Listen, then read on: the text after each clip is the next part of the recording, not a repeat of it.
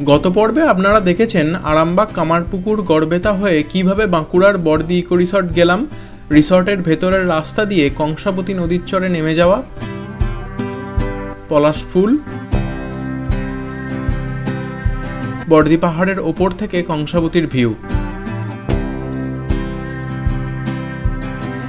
বাঁশের সাঁকো পেরিয়ে সবুজদ্বীপ হয়ে ইন্দ্রচর যাওয়া।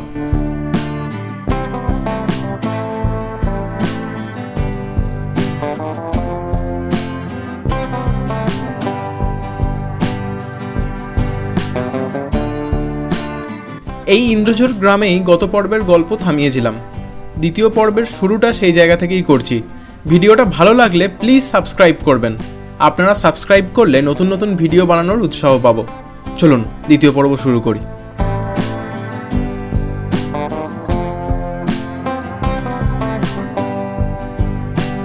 কাজু বাদামের বাগান আর আদিবাসীদের মাটির বাড়ির গ্রাম এই ইন্দ্রঝর।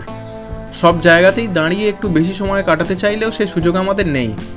একদিনের ট্রিপ, রাতের মধ্যেই বাড়ি ফিরতে হবে।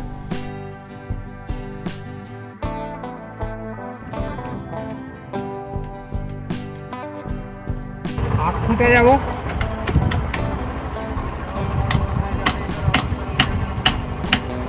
সোজা এই তো পিচের রাস্তা বলেছিল। ইন্দ্রঝর থেকে পায়রাগুড়ি আক্ষুটা হয়ে রানীবাঁধ যাব। দুপুরের খাওয়া সেখানেই। প্রত্যেকটা জায়গার গুগল ম্যাপ লোকেশন দেয়া থাকবে এই ভিডিওর ডেসক্রিপশন বক্সে।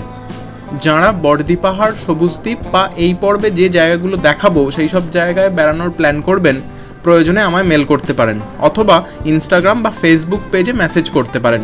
ডেসক্রিপশন বক্সে যোগাযোগের সমস্ত লিঙ্ক পাবেন। আক্ষুটা যাব, সোজা পিচ রাস্তা উঠুন। হ্যাঁ, পিচ রাস্তা উঠে ডান দিকে চলে যাবেন। এই পিচের রাস্তায়, এই পিচ রাস্তায় যেখানে মিশে সেই তন্নিক যান পায়রাগুড়ি অর্থাৎ। আচ্ছা পায়রাগুড়ি যাইয়ে আবার এই পশ্চিমে দিয়ে রাস্তা ধরে দিবেন আর চলে যাবেন।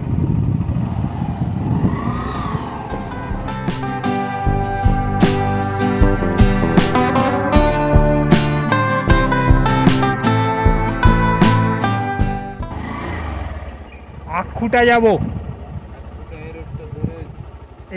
এইটা ডান দিকে কাছেই কাছেই। ঠিক আছে।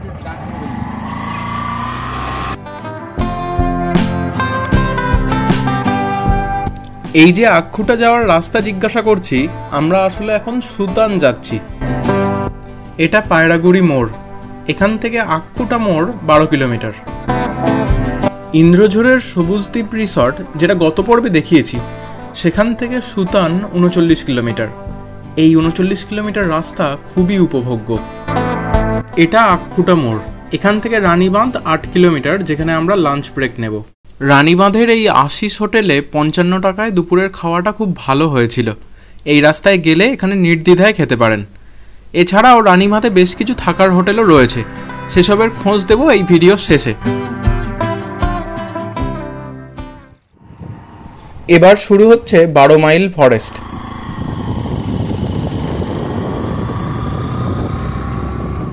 রানীবাঁধের আশিস হোটেল থেকে 12 মাইল ফরেস্টের মধ্যে দিয়ে 8 কিলোমিটার এলেই সুতানের বোর্ড দেখতে পাবেন। বাঁদিকে ঢুকে এই রাস্তা দিয়ে 6 কিলোমিটার গেলেই সুতানের এন্ট্রি পয়েন্ট। এই 6 কিলোমিটার রাস্তা অ্যাডভেঞ্চার প্রেমী বাইকারদের জন্য একটা লোভনীয় ট্রেল। তবে যাঁরা 4 চাকা নিয়ে সুতান যাওয়ার পরিকল্পনা করবেন, তারা কিন্তু কয়েকটি বিষয় অবশ্যই মাথায় রাখবেন। এই 6 কিলোমিটার রাস্তায় চড়াই উতরাই প্রচুর। কোথাও কোথাও রাস্তা বেশ স্টিপ আফিল, আবার পরক্ষণেই ডাউনহিল। তার সাথে পাহাড়ি রাস্তার শার্প বেন্ড। রাস্তা সরু, বেশ কিছু জায়গায় উল্টো দিক থেকে গাড়ি এলে পাস দেওয়া কঠিন। ভিডিওতে দেখে হয়তো কিছুটা ধারণা করতে পারছেন। তাই সুদক্ষ চালক ছাড়া এই রাস্তায় 4 চাকা নিয়ে ঢোকা কিন্তু বেশ ঝুঁকিপূর্ণ।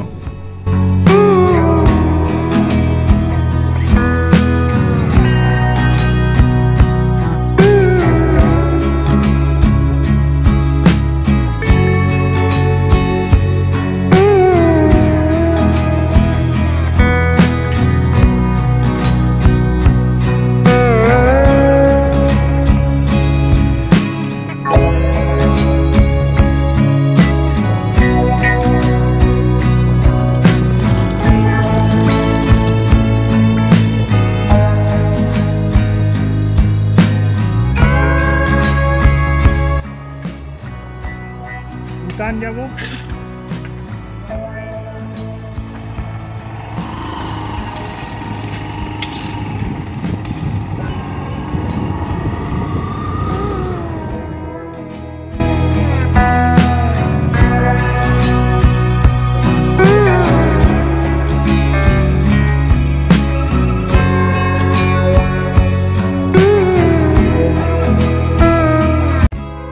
এই হলো সুতান। ঘন জঙ্গলের মধ্যে এক চিলতে জায়গায় ছোট্ট লেক, ভেঙে পড়া কিছু ঘর, একটা ওয়াচ টাওয়ার। আর যেহেতু ট্যুরিস্টদের ভিড় নেই, তাই ভীষণ রকম শান্ত পরিবেশ।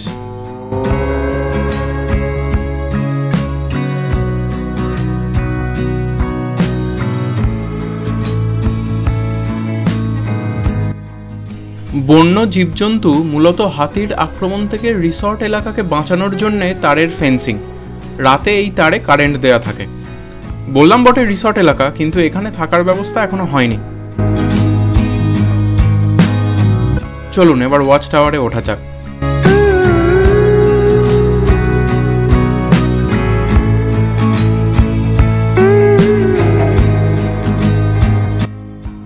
না, এই ওয়াচ টাওয়ার থেকে দূরে কিছু দেখা যাচ্ছে না, গাছপালায় সব আড়াল।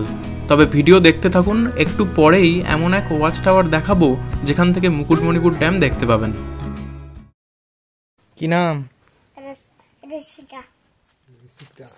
কোথায় বাড়ি? বাড়ি কোথায়? সুতান।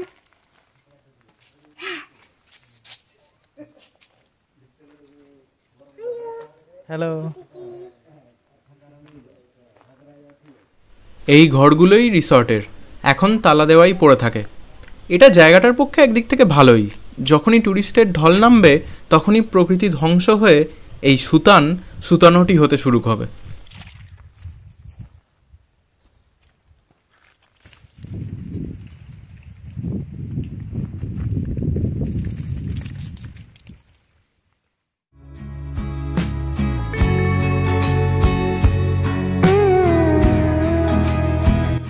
সুতান থেকে এবার যাব 16.5 কিলোমিটার দূরে তালবেড়িয়া লেক। মাঝে একবার দাঁড়াবো যে ওয়াচ টাওয়ার দেখাবো বললাম সেটার জন্য। রানীবাঁধ ঝিলিমিলি রোডে 12 মাইল জঙ্গলের মধ্যে দিয়ে কোড়াপাড়ার দিকে যেতে ডান দিকে দুটো ওয়াচ টাওয়ার পড়বে। দ্বিতীয়টার থেকে মুকুটমণিপুর ড্যাম দেখা যাবে। সুতান যারা আসবেন তাদের বলবো অবশ্যই একবার এই ওয়াচ টাওয়ারে উঠতে। তবে কুয়াশা ধোঁয়াশা যদি না থাকে তবেই এ দৃশ্য দেখতে পাওয়া সম্ভব। এই ওয়াচ টাওয়ার থেকে মুকুটমণিপুরের যে জায়গাটা দেখা যাচ্ছে তার এয়ার ডিস্টেন্স প্রায় 10 কিলোমিটার।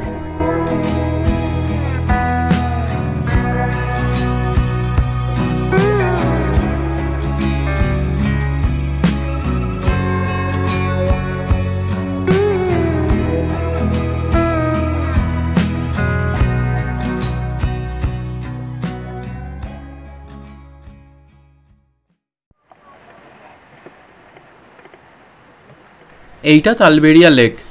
রানীবাঁধ ঝিলিমিলি রোডের কোড়াপাড়া থেকে বাঁদিকে 3 কিলোমিটার এসে এই লেক। এখানেও ট্যুরিস্টদের ভিড় নেই।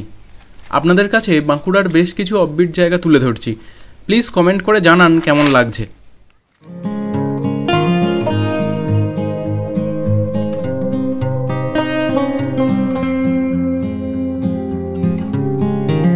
তালবেড়িয়াতে কোনো থাকার জায়গা নেই। 4 কিলোমিটার দূরে ঝিলিমিলি বা 5 কিলোমিটার দূরে কুইলাপাল ফরেস্ট রেস্ট হাউসে থাকা যেতে পারে। চাইলে এই নৌকাগুলো ভাড়া করে তালবেড়িয়া লেকে ঘুরতে পারেন।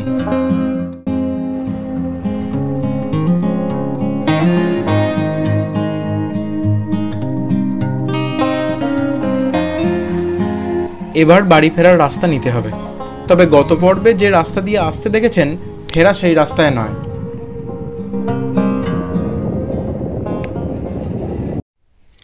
সুতান তালবেড়িয়া অঞ্চল বেড়াতে এলে থাকতে হবে রানীবাঁধ অথবা ঝিলিমিলিতে। রানীবাঁধের কাছাকাছি রেল স্টেশন 60 কিলোমিটার দূরে বাঁকুড়া, আর ঝিলিমিলি থেকে কাছে হবে ঝাড়গ্রাম স্টেশন 65 কিলোমিটার। রানীবাঁধ বা ঝিলিমিলিতে থেকে একসাথে ঘুরে নিতে পারেন Mukutmanipur, Durgadi, Jamuna bridge, Kuilapal, 12 mile forest, Talberia lake ও সুতান। এছাড়াও কাছাকাছি বেলপাহাড়িতে থাকতে পারেন।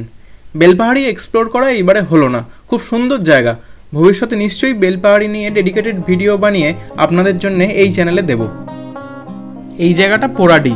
এখানে প্রত্যেক শনিবার সকাল 6টা থেকে দুপুর 12টা সাড়ে 12টা অবধি হাট বসে। আমাদের এই হাটটা দেখার প্ল্যান ছিল, কিন্তু আগের জায়গাগুলো কভার করে এখানে পৌঁছতে 3:30 বেজে গেল, তাই আর হাট দেখা হলো না। আপনারা যদি উইকেন্ডে রানীবাঁধ বা ঝিলিমিলিতে থাকেন তাহলে অবশ্যই এই হাটটা দেখে যাবেন। এটা স্টেট হাইওয়ে 5।